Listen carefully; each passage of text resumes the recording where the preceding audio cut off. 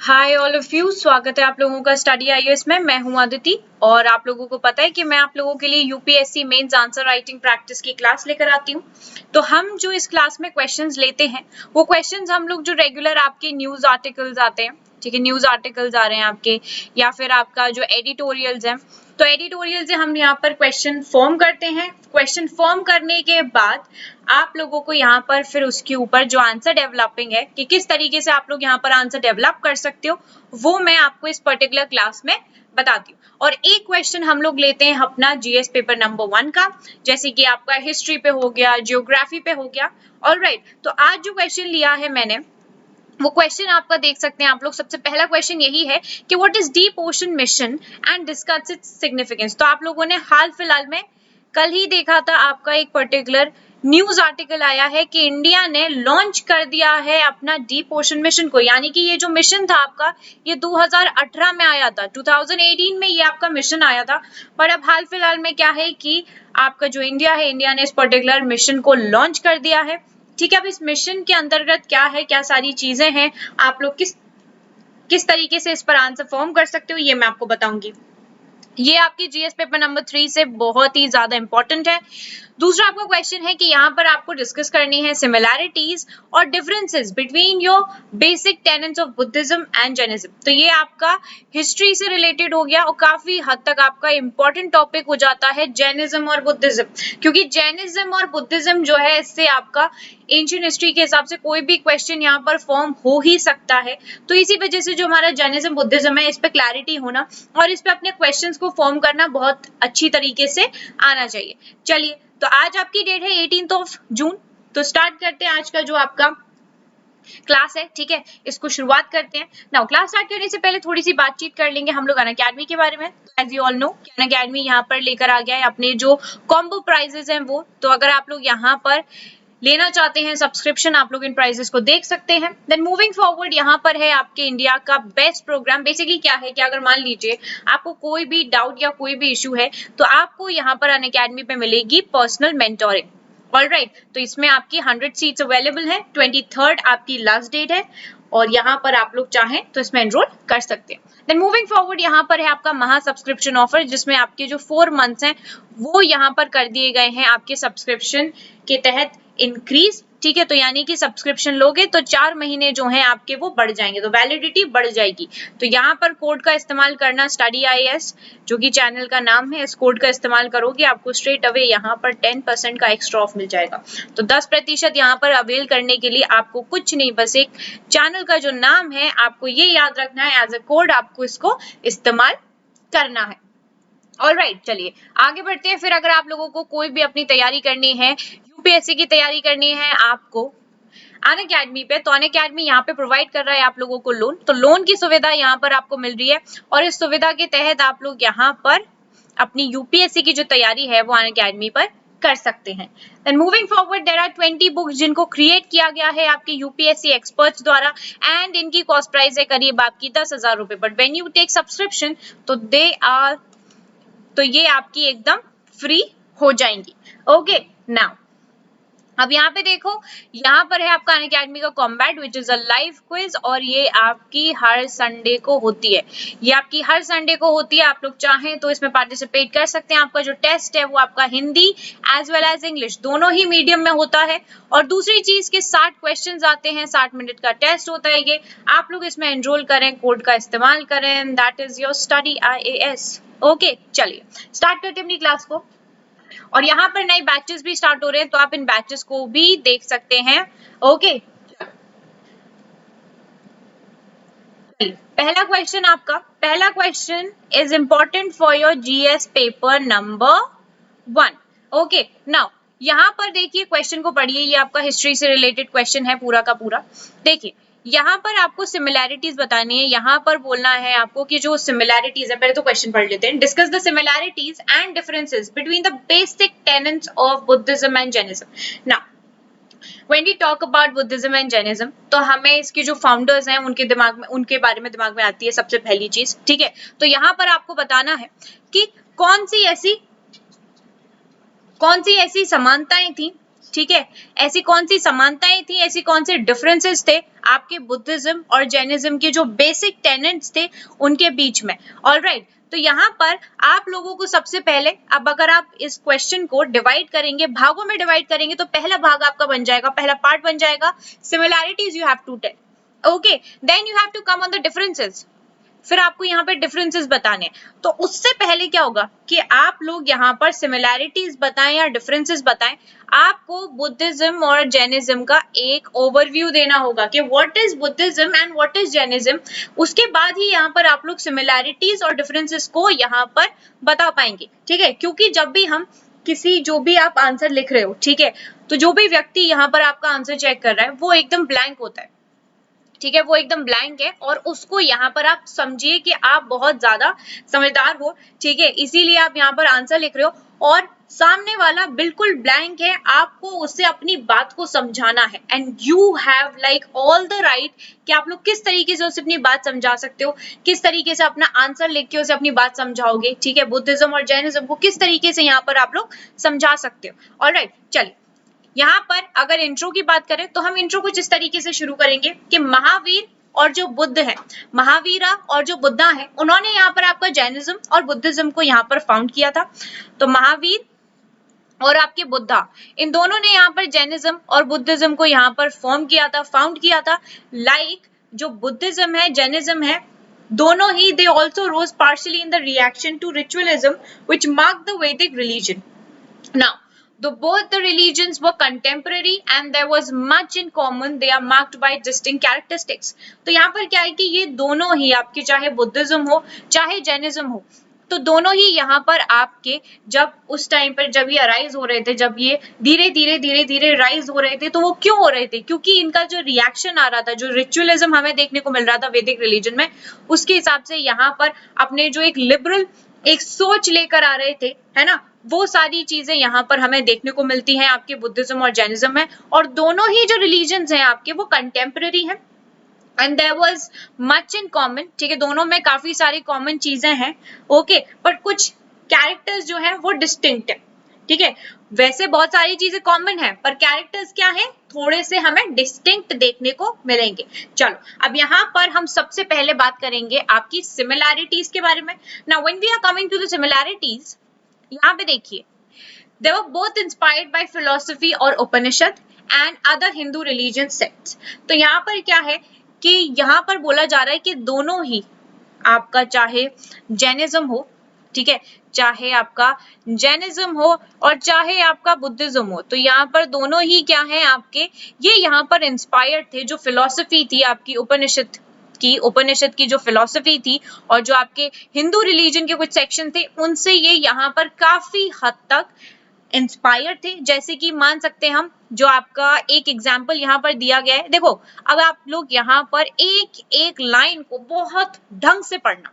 यहाँ पर जो आपका जैनिज्म और बुद्धिज्म को यहाँ पर पहले बताया, बहुत संक्षिप्त शब्दों में यहाँ पर जैनिज्म और बुद्धिज्म का आपको एक आइडिया दे दिया, ठीक है। उसके बाद ये जो पहली लाइन है ना, यहाँ पे ये पहली लाइन आपकी, आप ऑलमोस्ट सारी चीजें यहाँ पर बोल देती है कि ये दोनों की जो फिलॉसफी थी, ठीक है, वो कहीं हद तक सिमिलर रही थी, क्योंकि दोनों ही एक ही उससे इंस्पायर्ड थे। यहाँ पर उपनिषद से दोनों ही इंस्पायर्ड थे, कुछ रिलीजन सेक्शंस थे जिनसे ये लोग इंस्पायर्ड थे, ठीक है। और उसके बाद यहाँ पर जो एक एग्जाम्पल दिया गया है, ये एग्जाम्पल है the ultimate goal life is salvation. Ultimate goal क्या है, सैल्वेशन है, ठीक है।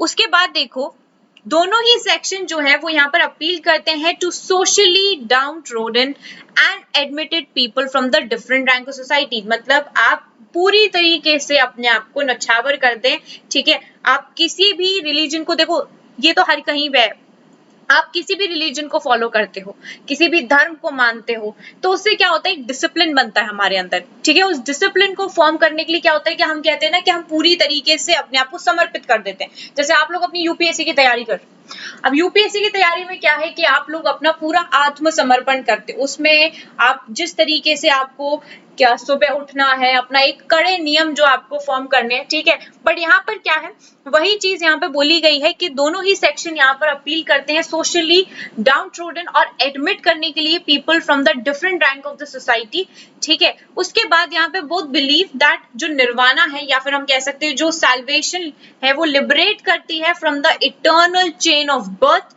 एंड डेथ, ठीक है। तो यहाँ पर आपकी जन्म और मृत्यु का जो एक एक्सप्लेनेशन है वो काफी हद तक इसमें आपको देखने को मिलेगा। और उसके बाद यहाँ पर दोनों ही एम्फसाइज करते हैं एक स्ट्रॉन्ग मॉरल प्रिंसिपल्स को rather than practice of ritualism or devotion to worship of God as means to attain salvation। तो बेसिकली यहाँ पर क्या है कि ये यहाँ पर एम्फसाइज करते हैं, दोनों ही यहाँ पर एम्फसाइज करते हैं स्ट्रॉन्ग मोरल प्रिंसिपल्स को कि आप अपने जो मोरल्स हैं उनको बहुत स्ट्रॉन्ग रखिए, ठीक है। जरूरी नहीं है कि यहाँ पर आप मूर्ति पूजन कर रहे हो, भगवान को मतलब भगवान की भक्ति में एकदम लीन हो गए हो और उसके पीछे आप लोग फिर बुरे कर्म कर रहे हो, ठीक है। क्योंकि जो कर्मा है आपका वो रिएक्ट करता है, मतलब वो रिटेलिएट करेगा समवे और दी अदर, वो आपका रिटेलिएट जरूर करता है, ठीक है। तो उसी हिसाब से यहाँ पर बोला गया है कि मन साफ रखो, सच बोलो, ठीक है। मन साफ रखोगे तो कोई भी आपदा विपदा कोई भी ऐसी चीज आपको नहीं देखने को मिलेगी।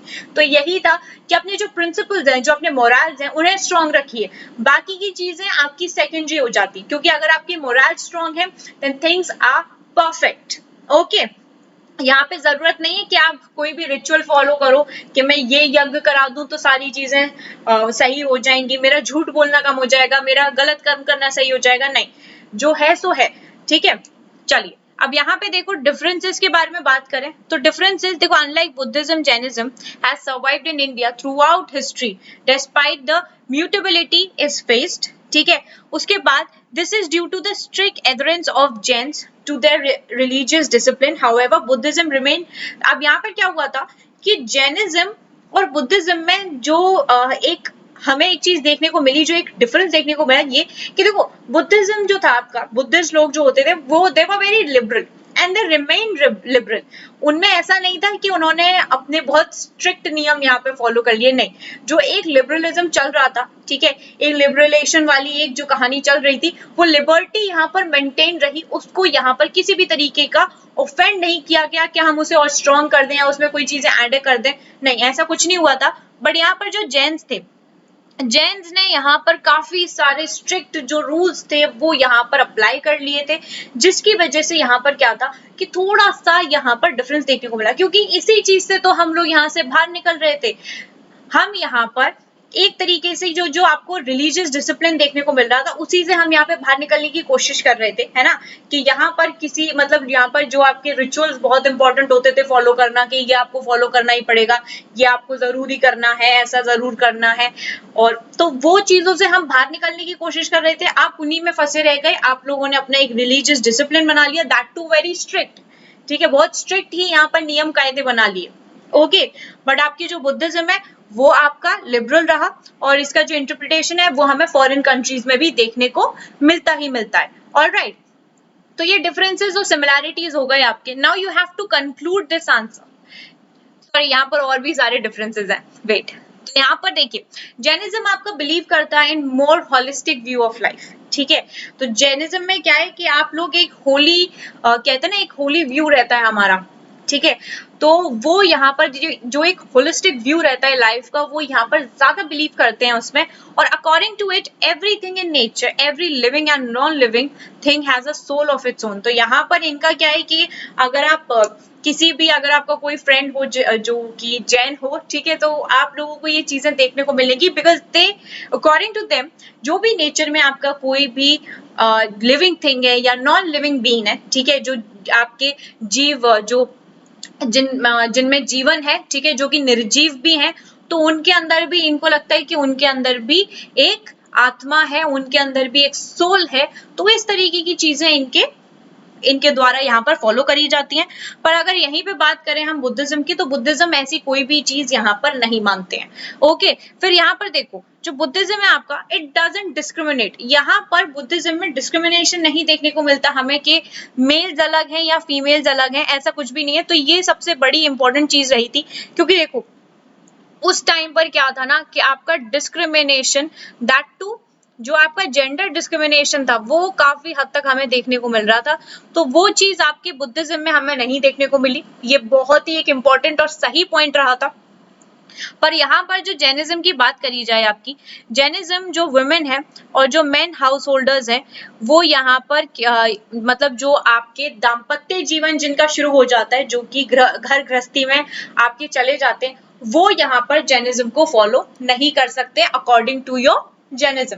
तो ये इस तरीके की चीजें यहाँ पर देखने को मिल रही थी। बट ये चीज आपकी बुद्धिज्म के टाइम पर, मतलब बुद्धिज्म के अंदर ये चीज यहाँ पर फॉलो नहीं होती थी। मतलब अगर किसी को भी यहाँ पर बुद्धिज्म को फॉलो करना है, वेदर उसकी शादी हो गई है, उनका दाम्पत्य जीवन चल रहा है या नहीं चल रहा है, बट यहाँ पर आपको जो रिलीजन आपके सेंटिमेंट्स हैं, जो रिलीजियस सेंटिमेंट्स हैं आपके, अगर आपको जो सैल्वेशन है उसमें अगर आप बिलीव करते हो, ठीक है, आप इस पर्टिकुलर चीज में बिलीव करते हो, तो आप you are happy to like, आप बिल्कुल फ्री हो ज्वाइन करने के लिए। Okay, so the elements of Jain teaching such as ahimsa include opposition to animal sacrifices. देखो यहाँ पर क्या है कि जो आपकी जैन टीचिंग्स हैं वो यहाँ पर अहिंसा, यानी कि बिल्कुल यहाँ पर हिंसा करने की कोई भी जरूरत नहीं है, ठीक है, उस चीज पर चलते हैं। और यहाँ पर ये बिल्कुल सख्त ही खिलाफ हैं जो आपके एनिमल सैक्रिफाइसेस होते हैं उन पर, ठीक है। इनके यहाँ पे कोई भी एक मॉस्किटो है उसकी भी यहाँ पर डेथ नहीं होनी चाहिए, which is one of the बहुत कड़े नियम है, ठीक है। और ये काफी हद तक आप कह सकते हो कि सही भी है, क्योंकि यहाँ पर देखो जिस तरीके से एनिमल के सैक्रिफाइसेस हमें काफी हद तक देखने को मिलते हैं, तो इस हिसाब से यहाँ पर ये चीज काफी अच्छी देखने को मिल रही है, क्योंकि हर जीव जंतु, चाहे इंसान हो चाहे आपका कोई भी जीव हो, उसकी जिंदगी है ना। तो ये चीज आपकी काफी हद तक इंपॉर्टेंट रहती है। फिर यहाँ पर जो कॉन्सेप्ट है आपके अहिंसा का, यानी कि नॉन वायलेंस का, जो कि हमारे गांधी जी फॉलो करते थे, तो it is different in Buddhism as it permitted the eating of animal flesh. तो यहाँ पर क्या बुद्धिज्म में परमिशन है कि आप लोग जो एनिमल फ्लैश है उसे आप खा सकते हो, where it was a necessity और traditional diet of the people. तो ये यहाँ पर it was a necessity, necessary भी था, और यहाँ पर ये ट्रेडिशनल डाइट भी थी लोगों की। तो ये हमें एक डिफरेंस और देखने को मिलता है। तो ये इस तरीके की आपकी सिमिलैरिटीज थी और डिफरेंसेस थे। बहुत ईजी है, बहुत ज्यादा इजी है। आप लोग जब भी अपना आंसर फॉर्म करने की सोचोगे तो आप लोग इन सारे पॉइंट्स को याद रखना और अपना आंसर जो है फॉर्म कर देना। ऑलराइट, तो ये आपके सिमिलैरिटीज और आपके डिफरेंसेस यहाँ पर हो गए, ठीक है। अब बारी आती है कंक्लूड करने की। नाउ यू हैव लाइक, आपने पढ़ लिया कि जैनिज्म बुद्धिज्म क्या है, दोनों में सिमिलैरिटीज, दोनों में डिफरेंस आपको पता चल गया। अब कंक्लूड कैसे करोगे? कंक्लूड ऐसे करना, देखो भाई, बुद्धिज्म है और जैनिज्म है, they are sometimes referred to as children of a common parent. दोनों को ही यहाँ पर बोला जाता है कि जो एक ही माँ बाप के बच्चे हैं, ठीक है, दोनों भाई भाई हैं। तो यहाँ पर यही बोला जाता है इनका कि बेसिकली क्या है, दोनों में बहुत सारी चीजें कॉमन है, ठीक है, और थोड़े बहुत माइन्यूट से डिफरेंस भी देखने को मिलते हैं। तो however your W Hunter writes, ठीक है, उन्होंने लिखा है कि जो जैनिज्म है, Jainism is as much independent from other sections, specially from Buddhism, as can be expected from any other sector. तो ये पर्टिकुलर चीज यहाँ पर बोली गई है इनके द्वारा, जो आपके डब्ल्यू हंटर है उनके द्वारा ये पर्टिकुलर चीज लिखी गई है कि जो जैनिज्म है आपका, वो कहीं हद तक it is as much independent, ठीक है। बाकी के अगर हम जो सेक्शंस वगैरह हैं उनको देखें तो उसके तहत अगर हम कंपैरिजन करें तो it is very much independent, okay. और जो आपका बुद्धिज्म है, Buddhism can be expected from any other sector. Alright, तो ये पर्टिकुलर चीज से आप लोग यहाँ पर किसी भी सेइंग से, किसी भी लाइन से, किसी भी कोट से आप लोग यहाँ पर एंड भी कर सकते हो, जिससे आपका एक क्लियरेंस, जो आपका आपके जो सोच विचार हैं वो यहाँ पर व्यक्त होनी चाहिए। इन्होंने कितना अच्छी तरीके से इसको कंक्लूड कर दिया है with a very good moral, मतलब बहुत अच्छा एक जो यहाँ पर मैसेज के साथ इन्होंने यहाँ पर कंक्लूड कर दिया, उसी तरीके से यहाँ पर आप लोगों को भी कंक्लूड करना है, ठीक है जी। तो इस तरीके से आप लोग अपने आंसर को यहाँ पर कर सकते हो कंक्लूड। ऑलराइट, चलिए अब आगे बढ़ते हैं। अगला क्वेश्चन देखो। नाउ ये क्वेश्चन आया था आपके न्यूज आर्टिकल में, और जो आपका न्यूज आर्टिकल आया था मैंने आपको दिखा दिया था फ्रंट पेज पे। आपका न्यूज आर्टिकल आया था ये 17 तारीख को, 17 जून को, और इसमें बात करी गई थी कि इंडिया जो है वो यहाँ पर लॉन्च कर रहा है, क्या लॉन्च कर रहा है, अपना deep ocean mission. Deep ocean mission को यहाँ पर लॉन्च करा जा रहा है। ये आपका मिशन 2018 में आया था, ठीक है, 2018 में इसकी बातचीत करी थी, बट अब ये फाइनली आपका लॉन्च हो रहा है। तो डीप ओशन मिशन की अगर बात करें तो basically it is a central sector scheme. Central sector scheme है ये, आपकी मिनिस्ट्री ऑफ अर्थ साइंस में आती है आपका ये, ठीक है, जो नोडल एजेंसी है इसकी मिनिस्ट्री ऑफ अर्थ साइंस है। तो ये जो मिशन है ये पर्पस कर रहा है बेसिकली क्या है ना, जैसे आप लोग, जैसे आपका इसरो है, इसरो यहाँ पर स्पेस एक्सप्लोरेशन करता है, सिमिलरली यहाँ पर क्या है कि आपका जो डीप ओशन है उसको यहाँ पर एक्सप्लोर किया जाएगा। जो उसका सी बेड है वहां पर जो आपके पॉलीमेटालिक नोड्यूल्स हैं उनको यहाँ पर आपका उनसे एक्सट्रैक्ट किए जाएंगे। आपके मैग्नीशियम्स है, कोबाल्ट है, ये सारी चीजें यहाँ पर एक्सट्रैक्ट करी जाएंगी, जिससे हम यहाँ पर काफी हद तक यूज कर सके। ओके, तो ये जो एक्सप्लोरेशन है ये यहाँ पर करी जाएगी, और जो फोकस है आपका मिशन का, it will be on the deep sea mining. Deep sea mining होगी, यानी कि आपका 6000 मीटर, ठीक है, नीचे जाकर आपके सी बेड में आपका यहाँ पर क्या होगा, डिगिंग करी जाएगी, ठीक है, डिग किया जाएगा यहाँ पे। ऑलराइट, और जो ओशन क्लाइमेट चेंज है, advisory services, underwater vehicles हैं, underwater robotics related technologies हैं, वो भी यहाँ पर यूज करी जाएंगी। तो इसके दो की प्रोजेक्ट्स हैं जो कि इंक्लूड करते हैं आपके, एक desalination plant powered by tidal energy, दूसरा है एक आपका सबमर्सिबल व्हीकल रहेगा जो कि यहाँ पर आपका 3 लोगों को यहाँ पर नीचे लेके जाएगा, ठीक है, जिसके तहत यहाँ पर ये लोग 6000 मीटर तक नीचे जाके एक्सप्लोर करेंगे, हंट करेंगे फॉर योर प्रेशियस मेटल्स। जो आपका सी बेड है, ठीक है, जो आपका सी बेड है, इसको यहाँ पर आप लोगों को ऐसे कुछ नोड्यूल्स देखने को मिलते हैं, इनको यहाँ पर इनसे एक्सट्रैक्ट किए जाएंगे आपके प्रेशियस मेटल्स। यहाँ से आपके क्या करे जाएंगे, प्रेशियस मेटल्स को यहाँ से एक्सट्रैक्ट किया जाएगा। तो इस तरीके से आप लोग यहाँ पर स्टार्टिंग कर सकते हो, क्योंकि यहाँ पे देखो क्वेश्चन क्या है आपका, what is deep ocean mission. यहाँ पे आपको बताना है सबसे पहले कि डीप ओशन मिशन है क्या, फिर इसके जो सिग्निफिकेंस है उनको यहाँ पर आपको समझाना है। तो डीप ओशन मिशन आपने समझा दिया कि भैया ये आपका डीप ओशन मिशन है, जीएस पेपर नंबर 3 के लिए काफी हद तक इंपॉर्टेंट भी है।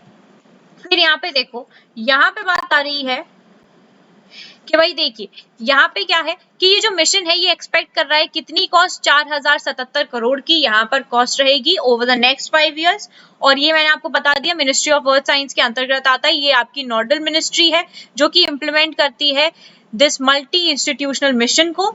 और यहाँ पर India has been allotted a site of 75,000 square kilometres की, ठीक है, कहाँ पर, आपके सेंट्रल ओशन, इंडियन ओशन, यहाँ पर हमें करनी है डिगिंग, यहीं से हम लोग यहाँ पर अपना एक्सप्लोरेशन कर सकते हैं। और ये जो जगह है वो आपको यूनाइट, जो आपका यूएन इंटरनेशनल सीबेड अथॉरिटी है उसके द्वारा यहाँ पर दिया गया है for the exploitation of your polymetallic nodules. तो पॉलीमेटालिक नोड्यूल्स जो होते हैं आपके, आप लोगों को इमेज में देखने को मिल जाएगा, कुछ इस तरीके के होते हैं, ठीक है, कुछ आपके सेंटीमीटर्स की इनकी वो रहती है, ठीक है। तो इनका जो साइज अगर बात करी जाए तो इनसे क्या होगा कि जो आपके मतलब बेसिकली प्रेशियस मेटल्स वगैरह हैं उनको यहाँ पर निकाला जाएगा। So these are rocks scattered on the seabed, ये आपकी रॉक्स होती हैं जो कि आपके पूरे सी बेड पे फैली हुई होती हैं, जिनमें आपकी आयरन होता है, मैग्नीज होता है, निकल होता है और कोबाल्ट होता है, ठीक है। तो ये आपको यहाँ पर देखने को मिलेगा। तो याद रखिएगा 75,000 स्क्वायर किलोमीटर की जगह यहाँ पर इंडिया को दी गई है, साइट दी गई है, कहाँ पर दी गई है, आपके सेंट्रल इंडियन ओशन बेसन में। किसने दी है, आपकी यूएन के जो इंटरनेशनल सीबेड अथॉरिटी है उसके द्वारा यहाँ पर दिया गया है, जिससे आप लोग यहाँ पर एक्सप्लॉइट कर सकते हो पॉलीमेटालिक नोड्यूल्स को।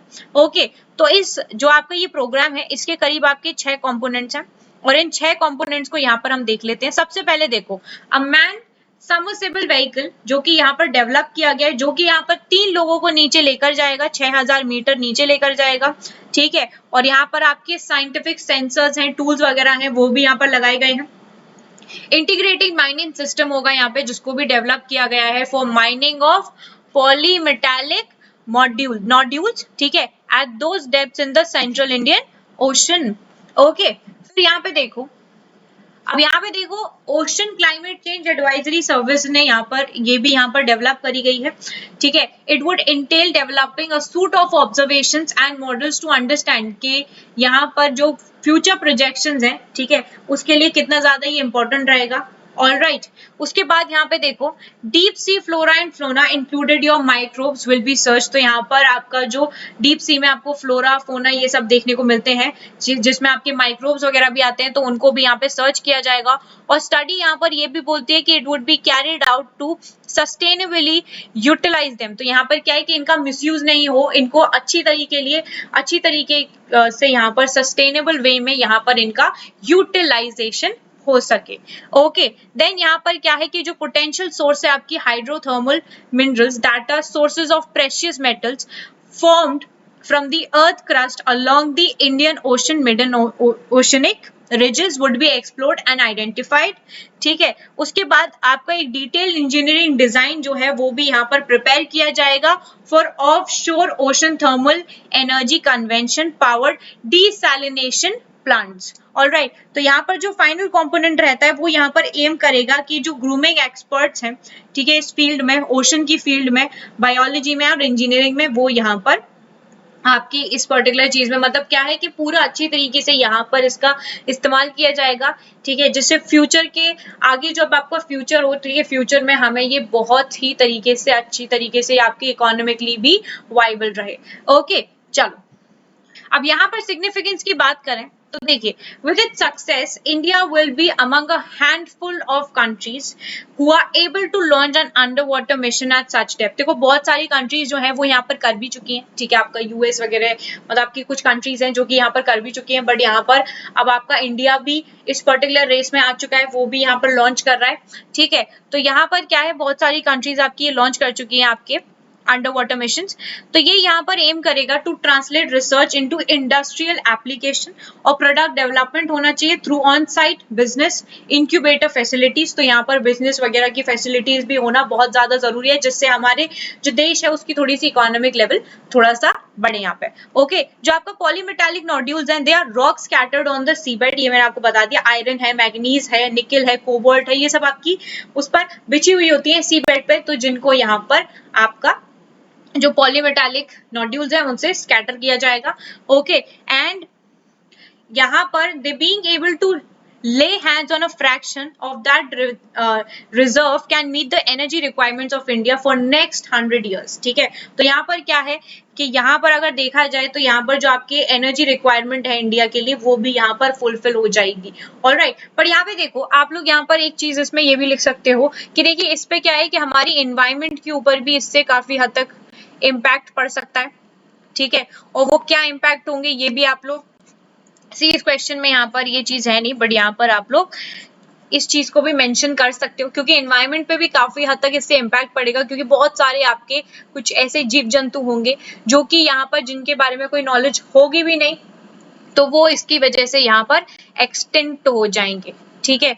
तो ये कुछ ऐसे पर्टिकुलर पॉइंट्स हैं जो कि आप लोगों को यहाँ पर पता होने चाहिए while when you are concluding your answer. Alright, तो ये आपका पर्टिकुलर 2 क्वेश्चन थे और उनका आंसर था। तो आप लोग सिर्फ और सिर्फ यहाँ पर आंसर्स को देखें नहीं, इनके ऊपर क्वेश्चंस को देखें ही नहीं, इनके ऊपर सिर्फ आप आंसर्स भी लिखिए, ठीक है। मैं यहाँ पर आपको आंसर लिख के दिखा रही हूँ, इसका मतलब ये नहीं है कि आप लोग यहाँ पर आंसर नहीं लिखेंगे। जो भी यहाँ पर आंसर लिख रहे हैं वेल एंड गुड, ठीक है, बहुत अच्छा है कि आप लोग यहाँ पर मुझे आंसर लिख के भेज रहे हैं, बहुत अच्छी चीज है, ठीक है। और अच्छा भी लग रहा है क्योंकि जब आप लोग यहाँ पर आंसर करते हो तो it gives an energy to move, like हम कोई भी चीज आप लोगों के लिए कर रहे हैं, ठीक है, और आप उसके बाद उसके रिटेलिएशन में आप लोग उस पर रिस्पॉन्ड कर रहे हो, ठीक है, आपका अच्छा रिस्पॉन्स आ रहा है, तो वो चीज अच्छी भी लगती है। आप लोगों को अगर ये क्लास अच्छी लगती है तो आपको क्या करना है, आपको करना है इसे लाइक करना, ठीक है, शेयर करना और चैनल को सब्सक्राइब करना बिल्कुल भी नहीं भूलना है आपको। अगर आप नए हो तो चैनल को सब्सक्राइब करना बिल्कुल मत भूलना। ओके, चलिए तो मिलेंगे हम अब कल की क्लास में, ठीक है। तब तक के लिए bye bye all of you, take care and have a wonderful day ahead, bye bye.